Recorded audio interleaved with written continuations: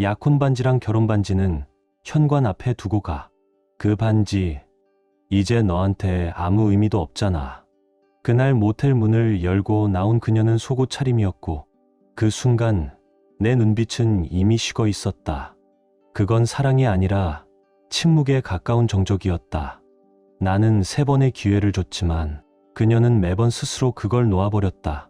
그리고 모든 것의 끝은 병원 침대에 누운 그녀와 서류에 적힌 이름 하나로 마무리되었다. 이 이야기는 단순한 배신의 기록이 아니다. 끝까지 참고 기다렸던 사람이 마지막 순간까지도 이성을 잃지 않았을 때 그 평정함이 얼마나 무서울 수 있는지를 보여주는 증언에 가깝다. 그날도 평소처럼 그녀를 보자 습관처럼 인사했다. 여보, 안녕. 그때 나는 30이었고 결혼한 지는 2해를 조금 넘긴 시점이었다. 키는 180에 미치지 못했고 체형은 평범했지만 매일 도로 자전거로 30km를 달리며 틈틈이 태극권과 K메가로 체력을 유지하곤 했다. 그녀, 설아이는 당시 28이었다. 우리의 인연은 캠퍼스 한 카페에서 우연히 시작됐다. 논문 정리에 집중하던 내 앞에 책을 품에 안은 채 들어선 그녀는 자리를 찾다. 내게 조심스레 물었다. 잠깐만 여기 책 좀 놔도 될까요? 나는 고개를 끄덕였고 그녀는 커피를 받아온 뒤 자연스럽게 내 맞은편에 앉았다. 대화를 나누는 사이 시간 가는 줄 몰랐고 수업 시간이 다가와 자리를 털고 일어나며 장난스럽게 말했다. 제가 안 가면 제 제자들이 세계를 정복할지도 몰라서요. 그녀는 웃었고 우리는 연락처를 교환했다. 이름은 설아이, 친구들 사이에선 라이라 불린다 했다. 그날 밤 우리는 통화를 이어갔고 그녀는 경영학과 3학년, 스페인어를 부전공 중이라며 장학금 덕에 졸업 후 학자금 부담은 거의 없을 거라고 했다. 또 캠퍼스에서 나를 몇 번 본 적도 있었다고 했다. 당시 나는 석사, 논문 막바지였고 졸업 후 전자보안 민간 기업으로 이직을 계획 중이었다. 전화를 끊기 전 조심스레 물었다. 이번 주 토요일 오후 블루그래스 재즈 공연이 있는데 같이 갈래요? 그녀는 주저없이 대답했다. 좋아요. 그해 학기 내내 우리는 연애를 이어갔고 나는 석사 학위를 마친 뒤 학교에 남아 캠퍼스 외곽 보안 프로젝트에 참여하게 되었다.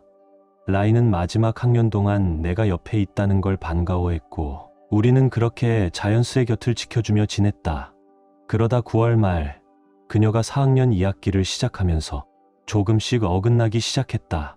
어느 주말 데이트를 청했지만 그녀는 시험 준비로 바쁘다며 정중히 거절했다. 나는 이해하려 했지만 그날 밤 학교 근처 호프집에서 다른 남자와 함께 들어오는 그녀를 목격했다. 그 남자는 그녀의 허리를 자연스럽게 감쌌고 나는 조용히 맥주를 비운 후 화장실에 다녀오는 길에 그들 옆을 지나며 말했다. 라이야, 안녕. 그녀는 깜짝 놀랐지만 나는 멈추지 않고 그대로 자리를 떴다. 이후 그녀는 내게 수십 통의 메시지를 남겼고 나는 단 하나도 답하지 않았다. 그녀는 전화를 포기하고 내 차를 찾기 시작했지만 나는 이미 차량을 바꾼 상태였다. 캠퍼스 보안팀에 따르면 그녀는 내 예전 차량과 비슷한 차들의 쪽지를 남기다 여러 번 제지당했다고 했다. 나는 새로 개통한 일회용 휴대폰으로 단 한 통의 메시지만 보냈다. 다음 주 월요일 오후 2시 도서관. 2시 5분까지 안 오면 나는 간다. 그녀는 약속보다 이른 1시 45분에 도착했고 나는 복도 한쪽에서 조용히 그녀를 지켜보다 2시 30분까지 기다린 후 마지막 메시지를 보냈다. 거짓말을 당하는 기분이 어때? 그 후 나는 그 휴대폰을 캠퍼스 뒤 쓰레기통에 던졌다. 하지만 끝이 아니었다. 며칠 뒤 캠퍼스 한쪽 고장난 CCTV를 점검하던 중 그녀가 조용히 다가와 말을 걸었다. 시우야, 잠깐 얘기 좀 할 수 있을까? 나는 고개를 들고 말했다. 이번엔 게임도 변명도 없어야 해. 그녀는 잠시 망설이다가 고개를 끄덕였다. 오늘 밤 7시 30분 그 호프집. 7시 35분도 아니고 정확히 7시 30분이야. 그녀는 그렇게 말했다. 하지만 정작 그날 내 사무실로 들어온 그녀는 그 남자와 함께였다. 나는 조용히 자리에서 일어나 안녕이라는 한마디만 남기고 밖으로 나왔다. 며칠 뒤 그녀는 다시 나를 찾아왔다. 업무 중 말을 꺼내려 하자 나는 손을 들어 말을 막았다. 게임 없이 얘기하자고 했지. 근데 남자친구 데리고 와서 전 남자친구한테 말을 걸겠다고? 나는 차분히 말을 이었다. 나는 내게 아무것도 바라지 않았다. 하지만 최소한의 솔직함은 지켜야 했잖아. 우리 사이가 공식적인 관계는 아니었지만 적어도 거짓말은 하지 말았어야지. 그리고 덧붙였다. 그 남자가 단순히 공부 도와주던 사람이라고 말하고 싶다면 그 사람이 내 허리를 감싸고 호프집에서 술을 마시던 장면도 설명해야 해. 그녀는 아무 말 없이 등을 돌려 나갔다. 1년쯤 지난 어느 날 우리는 다시 마주쳤다. 그녀는 전자기기 유통회사에서 영업사원으로 일하고 있었고 나는 고향으로 내려가 초소형 보안 장비를 설계하는 회사의 개발팀장이 되어 있었다. 작은 인형 눈에 들어갈 만한 미니 카메라, 넥타이나 브로치에 부착 가능한 마이크, 최대 100m까지 음성을 전송할 수 있는 태극기 모양의 마이크까지. 우리는 그런 제품을 개발했고 그녀의 회사는 그와 유사한 장비를 유통하고 있었다. 우리는 고객사와 협력사라는 관계로 다시 엮이게 된 것이다. 어느 날 그녀는 업체 대표와 함께 우리 사무실을 찾았다. 문을 열고 나를 본 순간 그녀는 놀란 듯 몸을 돌려 나가려 했다. 나는 조용히 말했다. 라이야, 멈춰. 업무로 온 거면 업무적으로 처리하자. 여긴 일하는 곳이니까. 그녀는 잠시 주춤하다 돌아섰고 눈가엔 금세 눈물이 맺혔다. 화장실 다녀와. 나는 사무실에 있을게. 얼마 후 돌아온 그녀는 아무 일 없었다는 듯 차분하게 업무를 이어갔고 그날 주문은 성사되지 않았다. 하지만 이유는 단순했다. 그녀가 가져온 제품 때문이 아니라 우리가 이미 같은 사양의 재고를 충분히 보유하고 있었기 때문이다. 나는 말했다. 재고가 줄면 다시 연락할게. 그 후 그녀는 한 달에 한 번꼴로 우리 회사를 찾았고 몇 건의 거래도 성사시켰다. 그녀가 다루는 제품은 당시 시장에서 성능 대비 가격이 뛰어난 편이었다. 우리는 오직 비즈니스만 공유했으며 1년쯤 지나자 그녀 대신 새로운 영업 담당자가 나타났다. 첫인상부터 달갑지 않았다. 말끔한 외모와는 달리 지나치게 간사한 태도였고 그가 가져온 제품은 이미 경쟁사보다 뒤처진 상태였다. 안녕하세요. 백무강입니다. 편하게 백 실장이라 불러주세요. 그의 인사에 나는 냉소적으로 응답했다. 윤시우입니다. 그냥 윤 부장이라고 하시죠. 그럼 실장님은 뭐라고 부르면 될까요?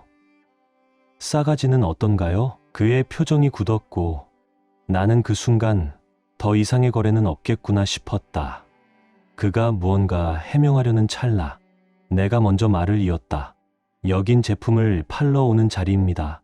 그런데 상대방을 깔보면서 무슨 거래가 되겠습니까? 당황한 그는 헛웃음을 지으며 말했다.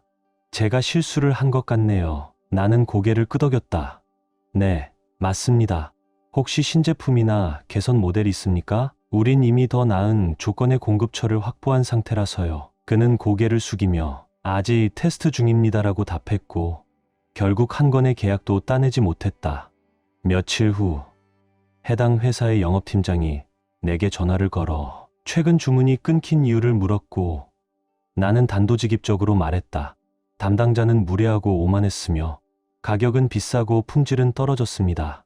개선이 없다면 우리 부서는 더 이상 G사와 거래하지 않을 겁니다. 다른 부서들도 비슷한 불만을 토로하고 있다는 얘기를 들었습니다. 그리고 덧붙였다.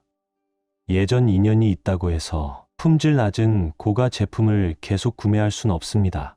사실 그 일 이후로도 나는 가끔 라이를 떠올렸다. 그녀는 단 한 번도 불필요한 제품을 강매하지 않았고 늘 전문적이었다. 백무강은 3달도 채 되지 않아 회사를 떠났고 며칠 뒤 라이에게서 연락이 왔다. 회의를 요청했다. 그녀는 회사 대표와 함께 내 사무실에 들어섰고 대표는 서류 가방과 샘플 박스를 들고 있었다. 회의실에 앉자 대표가 먼저 말했다. 윤 부장님, 저희가 신뢰를 회복하려면 어떤 조건이 필요할까요? 나는 차분히 설명했다. 거래가 끊긴 이유는 명확합니다. 가격과 품질, 그리고 현재 카탈로그에는 우리 신제품 설계에 필요한 부품이 빠져 있습니다. 기존 제품의 개선과 가격 조정, 그리고 필요한 부품이 확보되지 않는다면 거래는 어렵습니다. 대표는 고개를 끄덕이며 말했다. 그 점 인지하고 있습니다. 오늘은 새로운 라인업과 개선된 제품 샘플을 가져왔습니다. 90일 이내에 구체적인 제안을 드릴 수 있을 겁니다. 그 정도 시간이 괜찮으신가요? 네, 충분합니다. 대표는 이어 작은 카탈로그를 내밀었다. 다음 시즌 신제품입니다. 필요하신 제품이 있다면 1년간 전 품목 10% 할인 혜택을 드리겠습니다. 결제 조건도 기존과 동일하게 유지됩니다. 그는 마지막으로 말했다. 오늘 미팅 진심으로 감사드립니다. 다른 부서들도 윤 부장님의 판단을 참고할 가능성이 큽니다. 회의가 끝나고 대표와 직원들이 먼저 일어섰고 라인은 문 앞에서 잠시 멈춰 나를 돌아보며 말했다. 지우야, 전화해줘. 정말 하고 싶은 말이 있어. 나는 말없이 고개를 끄덕였고 그녀는 조용히 문을 나섰다. 그날 밤 나는 라이에게 전화를 걸었다. 그녀의 목소리는 이전보다 한층 차분해 있었다. 지우야, 미안해. 그날 공부하고 있었다는 말조차 솔직히 못했어. 내가 많이 꼬여 있었고 진심을 잃었었어. 하지만 다시 시작할 수 있을까? 나는 짧게 숨을 고르고 조용히 말했다. 다시 만난다는 의미야? 내 목소리엔 짜증 섞인 한숨이 섞여 있었다. 그리고 그 관계는 독점적이고 진지한 방향을 전제로 하는 거지. 응, 맞아. 그녀는 낮지만 단단한 어조로 답했다. 이번엔 진심이야. 우리 사이엔 이제 다른 사람 없어. 사실 언젠가는 결혼도 생각하고 있어. 나는 한숨을 깊게 내쉬었다. 지난번에도 너를 믿었어. 시험 공부한다고 했을 때도. 알아. 내가 그 믿음을 망쳤다는 거. 그녀가 이어 말했다. 그래서 이번엔 사람 대 사람으로 내 앞에 서고 싶었어. 지우려고 해도 안 되더라. 내 마음은 아직 너에게 있어. 나는 잠시 침묵한 뒤 천천히 말했다. 그래, 다시 해보자. 좋아했던 마음은 여전히 남아 있었고 다만 신뢰는 거기서 멈췄었지. 그럼 이번 토요일 저녁 7시에 차가 너 데리러 갈 거야. 유기동물 보호단체에서 기부 경매가 있어. 정장 입고 와.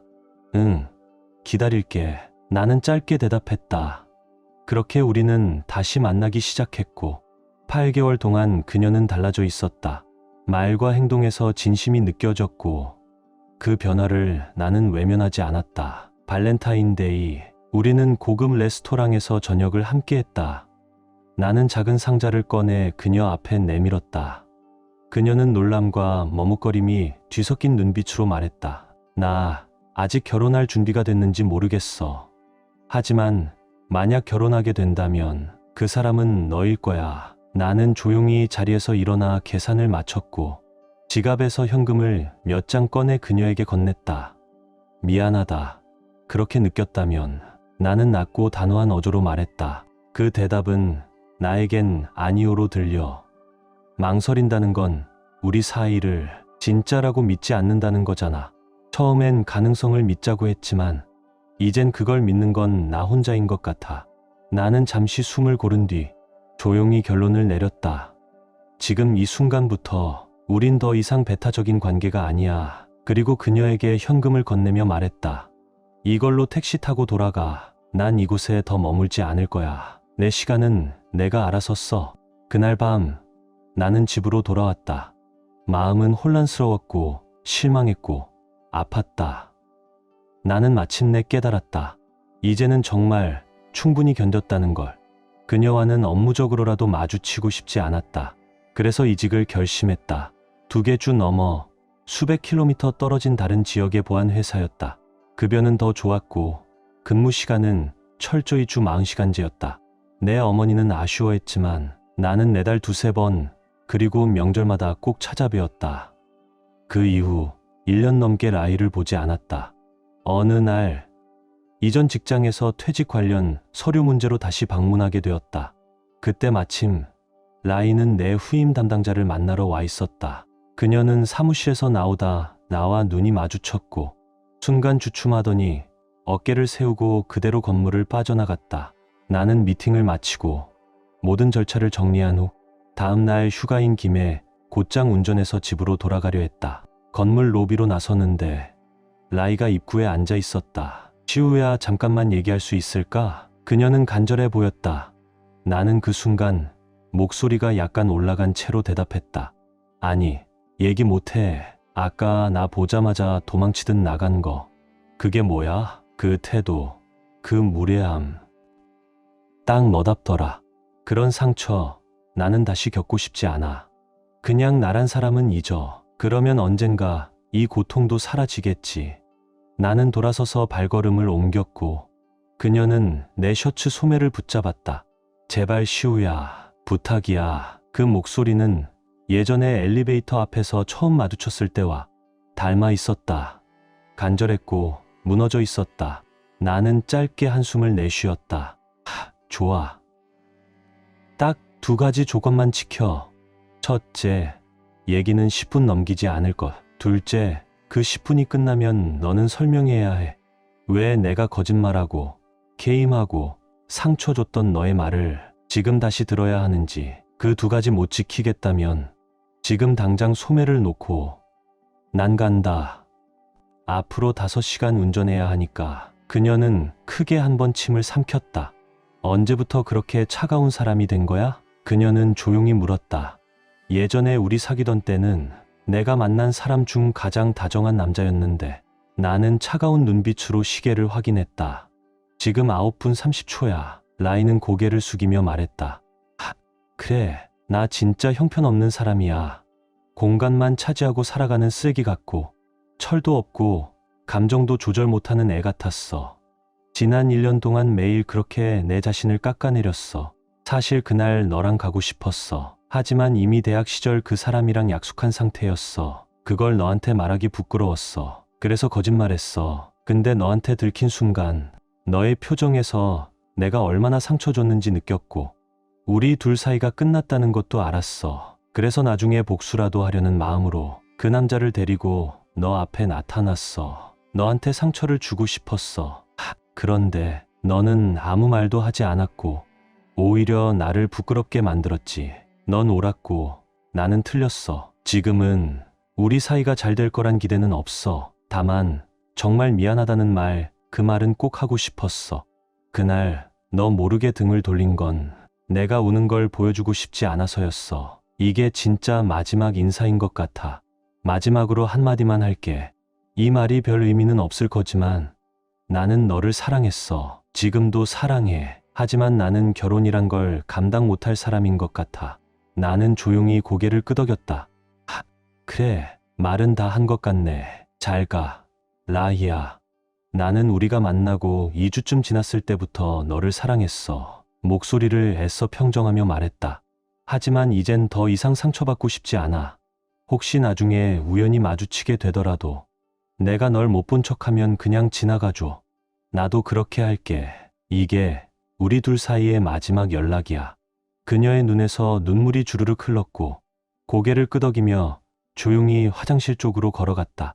나는 차에 올라 근처 호텔로 향했다.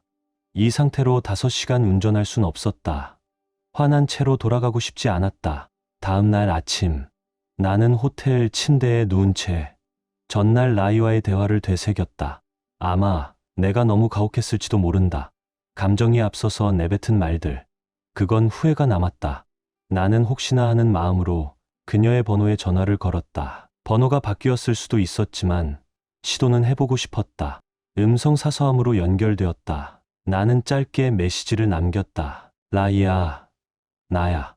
슈, 어제는 너무 화가 나 있었어. 말이 너무 심했을 수도 있어. 혹시 괜찮다면 오늘 저녁에 얼굴 보고 이야기할 수 있을까? 새 연락처는 끝. 번호 5764야. 내일 아침에 떠날 거라.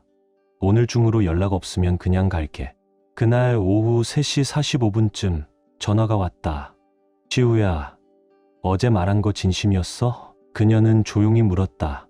응, 진심이야. 나는 망설이지 않고 대답했다. 어제는 너무 감정이 앞섰어. 너를 보는 순간 예전의 상처들이 다 떠올라서 그랬어. 그래서 묻는 거야. 오늘 저녁 나랑 같이 저녁 먹어줄래? 나는 고개를 끄덕였고 그녀는 커피를 받아온 뒤 자연스럽게 내 맞은편에 앉았다. 그리고 나서 조용한 곳에서 우리가 어제 했어야 할 이야기를 하고 싶어. 호텔 로비라도 괜찮아. 시간 좀 줄래? 그녀는 응. 하고 대답했다. 우리는 시간을 정했고 전화를 끊기 전 그녀의 주소를 받아뒀다. 나는 프론트에 전화해 적당히 분위기 있는 레스토랑을 추천받았고 예약을 마친 후 저녁 식사를 함께 했다. 비록 마음 한구석에 무거운 감정이 자리하고 있었지만 대화는 차분하고 예의 있었다. 식사 후 나는 라이를 호텔로 데려왔다. 우리는 로비 소파에 앉아 조용히 이야기를 이어갔다. 라이야, 나는 천천히 입을 열었다. 넌 나에게 내 아버지를 잃었을 때보다 더 큰 상처를 줬어. 나는 여전히 아버지를 그리워하고 그 일은 지금도 아파. 하지만 그건 시간이 지나면서 아물었어. 더 이상 덧나지 않아. 하지만 너는 그 상처를 계속 다시 열게 만들었어. 처음엔 아무 이유 없이 거짓말을 했고 그 다음엔 마치 일부러 상처 주려는 듯한 행동을 했지. 그리고 내가 두 번째 기회를 줬을 때 진심을 담아 미래를 묻는 순간 넌 주저했어. 그게 무슨 뜻인지 이해는 해? 응. 그녀는 조용히 대답했다. 나는 더 들을 말을 기다렸다. 하지만 한참을 침묵하던 그녀는 아무 말도 하지 않았다. 나는 조용히 그녀의 손을 잡고 일어섰다. 잠깐만. 그녀가 나를 붙잡았다. 뭐 하는 거야? 우리는 얘기하러 왔잖아. 나는 내 이야기를 했고 넌 아무 말도 안 했어. 이제 널 집에 데려다 주고 이게 마지막이면 좋겠어. 그때 나는 더 이상 감정을 조율할 기분이 아니었다. 좋아. 얘기할게. 그녀는 낮고 단호하게 말했다. 예전부터 했어야 할 말이니까. 그녀는 내 팔에서 손을 툭 털어냈다. 그쪽이 듣기 싫으면 올라가든가. 나는 이제 화가 나서 참을 수 없어. 그냥 혼자 돌아갈게. 그녀의 눈빛에는 지금껏 본 적 없는 단단함이 담겨 있었다. 나는 조용히 다시 자리에 앉았다. 그녀는 낮고 차분한 목소리로 말을 이어갔다. 시우야, 나는 지금까지 딱 2번 진심으로 사람을 만났어. 첫 번째는 고등학교 때 나는 2학년이었고 그 사람은 3학년 럭비부 주장. 2년 가까이 만났고 졸업 무도회 때쯤에는 그 사람이 원하는 대로 다 해줬어. 하지만 솔직히 말하면 그 사람만 원했던 관계였고 나는 그냥 감정도 없이 끌려다녔어. 그 사람은 늘 나보고 차갑다, 감정이 없다, 불편하다 했어. 그래서 나는 어느 날 솔직히 말했어. 당신은 항상 일방적이고 내 생각이나 감정은 들으려 하지 않는다고. 졸업 무도회 날 나는 예쁘게 차려입고 집에서 그를 기다렸는데 그가 다른 여자랑 함께 왔어. 그리고 내 가족 앞에서 넌 냉정하고 이용만 하는 여자야 라며 그 자리에서 나를 버렸어. 그것만으로도 충분히 잔인했어. 그 일이 있고 나서 부모님께 내가 더 이상 순결하지 않다는 걸 들켰어. 집은 완전히 폭발했지. 그리고 그로부터 일주일 뒤 생리가 오지 않는다는 걸 깨달았어. 학교 보건실에 가서 간호사 선생님께 임신 테스트기를 부탁했고 결과는 양성이었어. 그녀의 목소리는 떨리고 있었다. 무슨 말을 해야 할지도 몰랐어. 결국 그 남자애한테 말했어. 식당에서 그냥 무심코. 근데 그는 나를 향해 소리쳤어. 내가 낳는 애가 왜 내 애라는 걸 증명할 수 있어? 학교 반 애들이랑 다 자고 다닌 거 아니냐? 그렇게 말하더니 그냥 웃으면서 가버렸어. 이제 내 문제니까 내가 알아서 해라고. 그녀는 잠시 눈을 감았다. 2주가 더 지났고 드디어 부모님께 말할 준비를 하려던 어느 날 체육 시간 도중 갑자기 정신을 잃었어. 병원에서 깨어났고 의사 선생님은 아이를 잃었다고 말했어. 하지만 진짜 악몽은 그때부터 시작됐어. 엄마는 병실에서 소리를 지르며 욕을 퍼부었어. 내가 평생 들어본 적도 없는 말들이었지. 그러더니 갑자기 나를 손바닥으로 세게 때렸어. 침대에서 떨어질 만큼 바닥에 주저앉아 있는데 엄마는 침대를 돌아와서 핸드백으로 나를 내리치고 발로 차기까지 했어. 나는 숨을 삼켰다.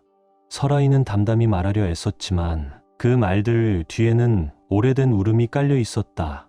다행히 간호사가 보안팀을 불렀고 엄마는 제지당했어. 그날 이후 엄마는 폭행 혐의로 체포됐고 징역 2년형을 선고받았어. 그녀는 숨을 깊게 들이마시고 조용히 내 눈을 바라보았다. 그 이후로는 아무도 나를 도와주지 않았어. 나는 천천히 물었다.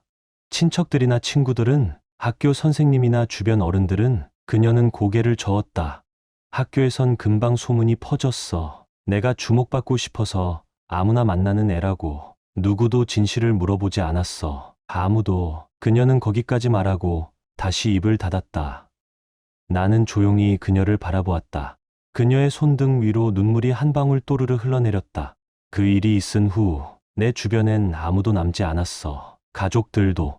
아버지는 차갑게 짐을 싸서 그냥 나를 고모집으로 보냈어. 그런데 그게 내 인생에서 가장 감사한 일이었어. 고모는 나를 안아줬고 말을 들어줬고 무너진 나를 지지해줬어. 고등학교 졸업할 때까지 고모집에서 살았어. 고모는 나와 솔직하게 이야기해줬어. 관계란 게 부끄러운 게 아니라는 것. 내가 단지 다정하고 인내심 있는 사람과 함께라면 달라질 수 있다는 걸. 그래서 나는 계속 그런 사람을 찾아 헤맸어. 그리고 너를 만났지. 시우야. 너는 배려심 깊고 따뜻하고 정말 너무 다정했어. 너무 다정해서 가끔은 혼란스러웠어. 혹시 내가 매력 없나? 혹시 날 여자로 안 보나? 한 번도 먼저 손을 잡거나 무슨 시도를 한 적이 없잖아.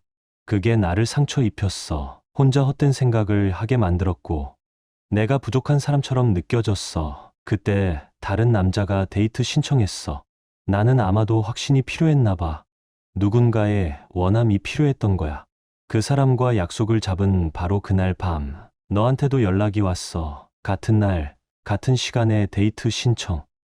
그리고 너는 우리 둘이 있는 걸 봤지. 엉망이었지.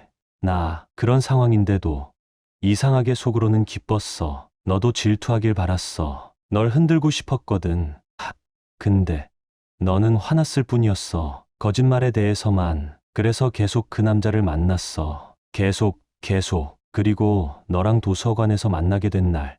난 솔직히 기대했어. 너랑 말다툼이 되더라도 내가 날 붙잡을 거라고. 근데 넌 아무 말 없이 떠났고 침묵으로 날 대갚았어. 그 뒤에 내가 게임은 없다고 했을 때 나도 결심했어. 좋아.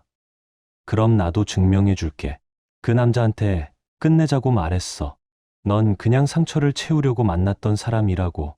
그랬더니 그 사람은 웃기만 했어. 신경도 안 쓰더라. 근데 너는 달랐어. 너는 진심이었고 그걸 가지고 내가 장난쳤다는 것에 분노했지. 그날 밤 난 그 사람을 마지막으로 찾아갔어. 그런데 그가 내 음료에 뭔가 넣으려고 하는 걸 봤어. 정말 내 눈앞에서 그 순간 본능적으로 반응했어. 그를 걷어찼고 바닥에 쓰러진 그 위에 침을 뱉고 돌아섰어. 그날 이후 그 사람은 내 인생에서 사라졌고 나는 다시 너를 생각했어. 하지만 지금까지도 하나 이해 안 가는 게 있어.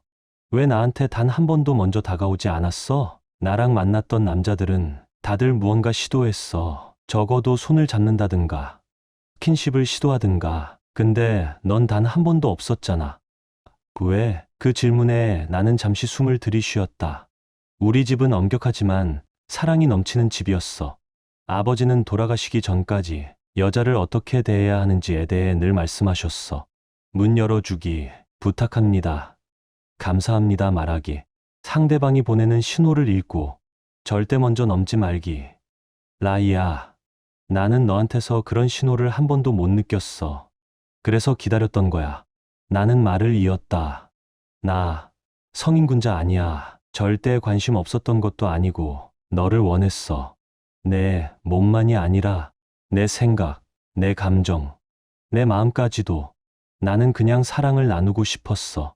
단순한 욕망이 아니라 온전한 연결. 솔직히 말하면 내일 로션 사러 가야겠더라. 나는 농담처럼 말했고 그녀는 웃으며 고개를 숙였다. 그날 밤 우리는 각자의 길로 돌아섰다.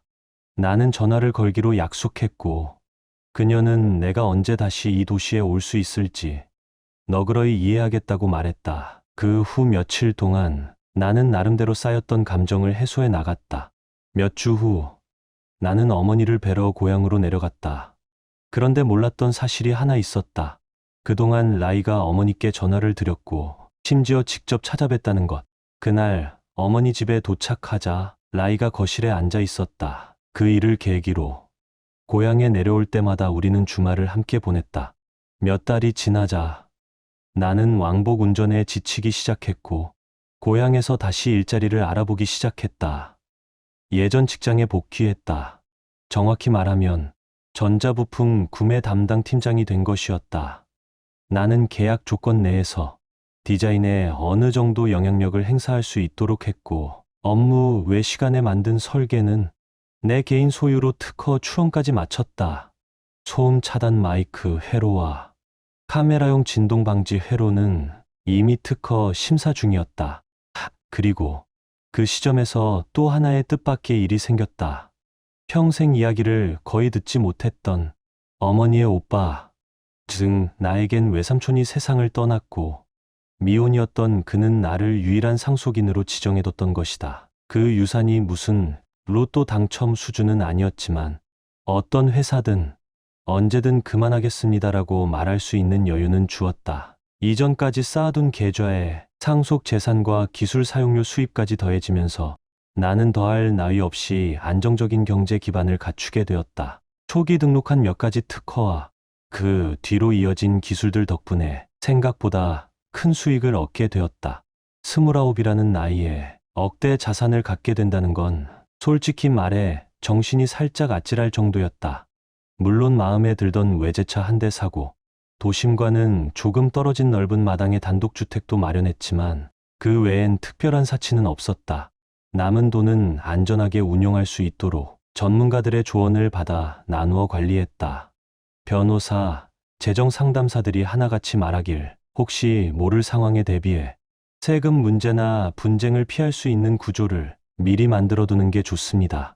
나는 그 말을 따라 생활비 외에는 모두 신중하게 분리 관리했다. 정해진 금액만 정기적으로 받아 쓰는 방식으로 바꾸었고, 그만큼 마음도 한결 편해졌다. 그 무렵 나는 다시 고향에 자리 잡았고 라이와 다시 연애를 시작했다. 이번엔 분명히 선을 그었다.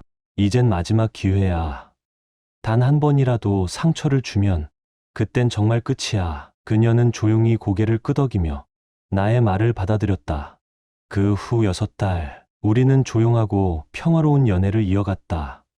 이번에 라이는 예전과 달랐다. 무엇보다 솔직했고, 감정 표현에도 거리낌이 없었으며, 눈빛 하나, 말투 하나에도 진심이 배어 있었다. 그리고 나도 이젠 그녀의 마음을 의심하지 않았다. 우리는 마침내 서로를 온전히 받아들이는 밤을 함께했다. 그녀는 내 옆에 조용히 누워 한쪽 팔로 턱을 괴고 웃으며 말했다. 시우야, 이제 됐어. 나랑 결혼해 줄래? 나는 숨을 천천히 들이쉬고 마음을 담아 대답했다. 그래, 나도 그랬으면 좋겠어. 내일 아침 우리 조금 더 얘기하자. 그리고 너 손에 어울릴 만한 반지도 찾아보자. 나는 그녀의 이마에 가볍게 입을 맞추고 불을 끄며 조용히 속삭였다. 라이야, 사랑해. 다음 날 아침 우리는 예상외로 차분하고 현실적인 대화를 나눴다. 혼인 전 약정서 혼전 계약서는 필요하다고 생각해. 내가 먼저 꺼낸 말에 그녀는 고개를 끄덕이며 말했다. 나도 그렇게 생각했어. 현실이니까 우리는 생활비 계좌 하나를 공동으로 만들고 매달 일정 금액을 입금해 관리하기로 했다. 그 외 자산은 각자 관리하기로 합의했다. 그리고 아이가 생기는 날부터는 그녀가 육아에 집중하고 아이들이 전일제 학교에 들어가기 전까진 직장을 쉬기로 했다. 그 이후부터는 내 소득으로 생활비 계좌를 충당하기로 했다. 혼전 계약서도 정리했다. 놀랍게도 그 조항을 먼저 꺼낸 건 라이였다. 만약 둘 중 누구라도 외도를 하면 결혼 생활 중 공동 명의로 취득한 자산에 대한 권리를 전부 포기한다. 그 조항을 포함시켰고 우리는 서명했다. 결혼식은 발렌타인데이에 올렸다. 그 해는 토요일이었다. 그날부터 우리는 부부가 되었다. 겉으로 보기엔 우리는 꽤 괜찮은 커플처럼 보였다. 성적으로도 감정적으로도 서로 잘 맞는다고 믿었다. 사소한 말다툼이 있어도 금방 풀렸다. 하지만 결혼 20개월쯤 되었을 때부터 뭔가 서서히 어긋나기 시작했다. 라이는 내 소득과 자신의 소득 차이를 불만스러워했다. 생활비 계좌에 왜 더 많이 넣지 않느냐고. 처음엔 그냥 넘겼다.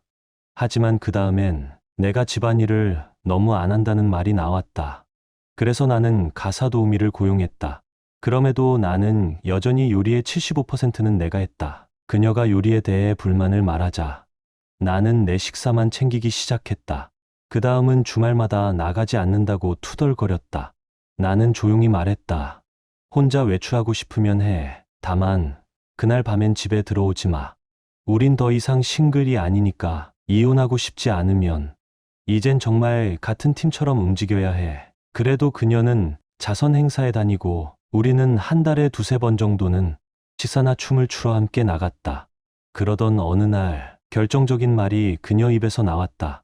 이젠 너랑 있으면 만족이 안 돼. 나는 아무 말 없이 자리에서 일어나 그녀에게 게스트룸을 쓰라고 말했다. 좋아. 이젠 각자 자기 욕구에만 집중하자. 넌 너대로 살고 난 나대로. 그리고 앞으로도 뭔가 불만족스럽다면 그 대답은 거울 속에 있는 사람에게 물어봐. 그렇게 말한 뒤 나는 조용히 침실 문을 닫았다. 그 냉각기는 오래가지 않았다. 일주일도 채 지나지 않아. 그녀는 짐을 싸든 문 앞에 섰다. 그래, 내가 이긴 거야. 나 나갈게. 공동 자산만 정리하면 돼. 이혼 서류 가져와. 하지만 그녀는 내가 이미 모든 준비를 마쳐 놓았다는 걸 몰랐다. 나는 서재에서 이혼 서류를 꺼내 그녀에게 건넸다. 그녀는 서류를 바라보며 멍하니 서 있었고 곧 눈가에 눈물이 맺혔다. 나는 담담히 말했다. 넌 지난 한 달 동안 함께 있는 것만으로도 괴로웠어. 우리가 결혼할 때 말했던 의미, 파트너십, 삶의 방향, 그 모든 것에 좋다고 했던 건 너였어. 그런데 어느 순간부터 넌 모든 걸 부정하기 시작했지. 그러니까 정말 떠나고 싶다면 그래. 하지만 놀라지 마. 처음부터 말했잖아. 나는 다시는 상처받지 않을 거라고. 그 말 기억하지? 그녀는 나와 서류를 번갈아 보며 말없이 눈만 깜빡였다. 나는 한 발짝 다가가 부드럽게 말했다. 지금 너한테 정말 필요한 건 인생을 정리하는 거야. 그리고 내 마음가짐도. 만약 내년에 다시 발렌타인데이를 함께할 가능성이 조금이라도 남아있다면 그 시작은 지금부터야. 이해했어? 그 순간 그녀는 손에 들고 있던 서류를 내게 던졌다. 그리고 아무 말 없이 울음을 터뜨리며 게스트룸으로 달려갔다. 그녀는 서랍을 마구 열어젖히며 옷가지를 침대 위에 마구 던지기 시작했다. 나는 문가에 서서 조용히 그녀를 바라보았다. 차에 짐 싣는 거 도와줄까? 나는 담담하게 물었다. 하지만 한 가지만 분명히 해둘게. 내가 저 문을 나서는 순간 다시는 돌아올 수 없어. 내가 허세 부리는 거라고 생각한다면 한번 시도해봐. 나 이제 두렵지 않아. 물론 내가 나간다면 아프겠지. 아직도 너를 사랑하니까. 하지만 지금의 너는 내가 사랑했던 그 사람이 아니야. 그리고 나는 천천히 말을 이었다. 만약 내가 가진 모든 걸 줘야 이 독같은 분위기에서 벗어날 수 있다면 그렇게 할게. 가져. 다 가져가. 집은 내 명이야. 차도 내 거고 완납했어. 내 차는 뭐 내가 알아서 해. 공동계좌에 남은 금액은 3천만 원 넘게 있어. 그것도 가져가. 하지만 정말 변할 수 없다면 이젠 그만두자. 그 순간 그녀의 손이 멈췄다. 라인은 나를 바라보았다. 눈에는 눈물이 가득 고여 있었다. 진짜였구나. 그녀는 낮은 목소리로 말했다. 내가 그렇게까지 망가졌나? 나는 조용하지만 단호하게 그녀의 말을 끊었다. 하나씩 말해볼게. 첫 번째, 집안일이 불공평하다고 했지.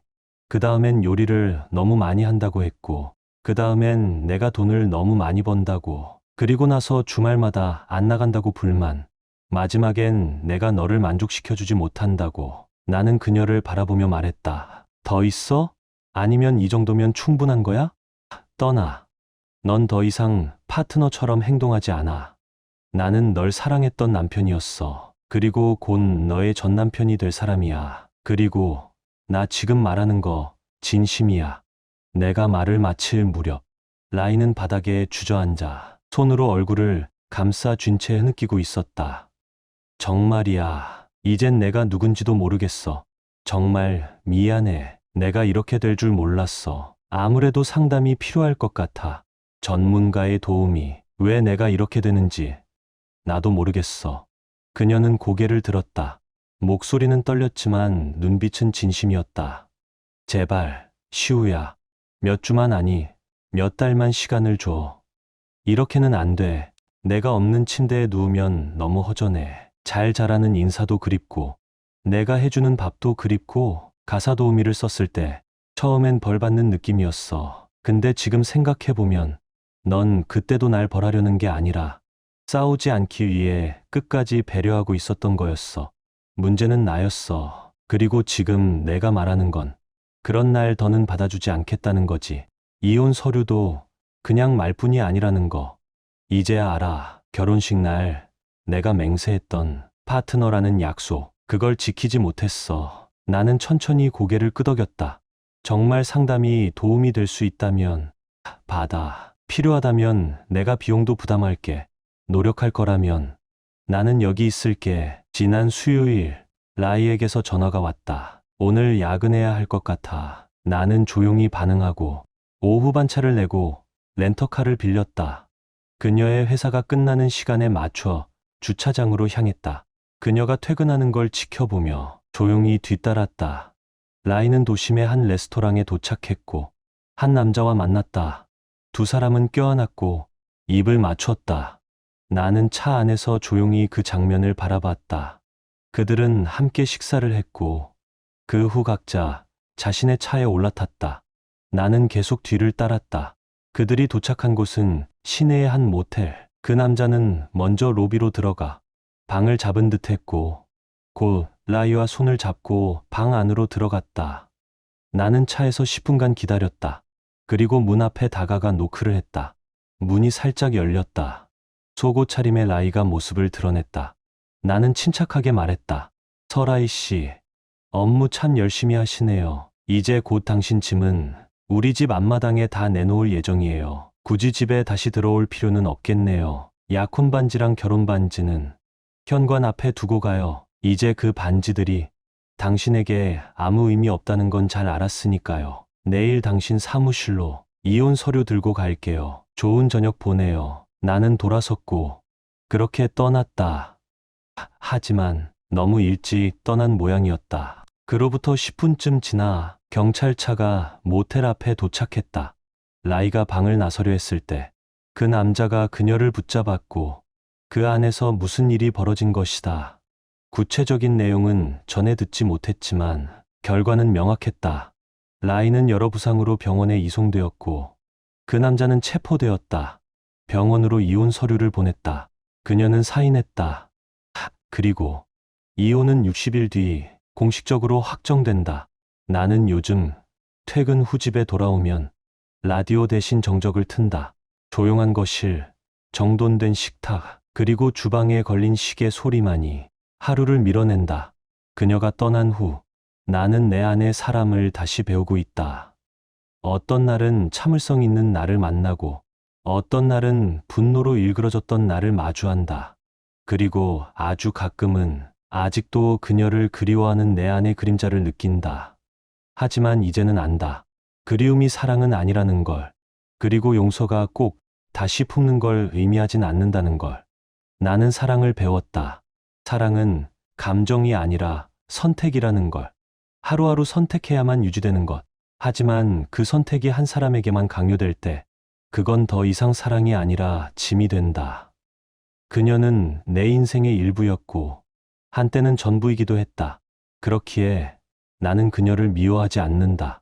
다만 이제는 그때 하지 못한 선택을 지금의 나에게 허락해 주기로 했다. 괜찮아. 이제는 너를 위해 살아도 돼. 나는 거울 속의 나에게 그렇게 말한다. 다음 발렌타인데이엔 어떤 꽃도 어떤 카드도 준비하지 않겠다.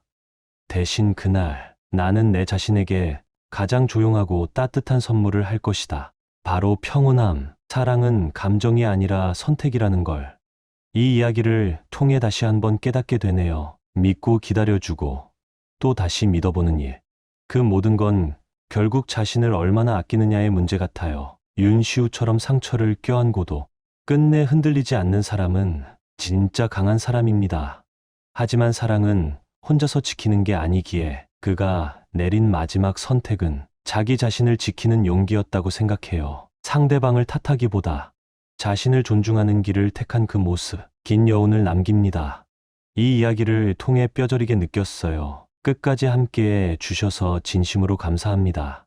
공감하셨다면 구독과 좋아요로 마음을 나눠주세요. 그리고 응원의 댓글을 남겨주시면 더 좋은 영상을 만들 수 있는 힘이 됩니다.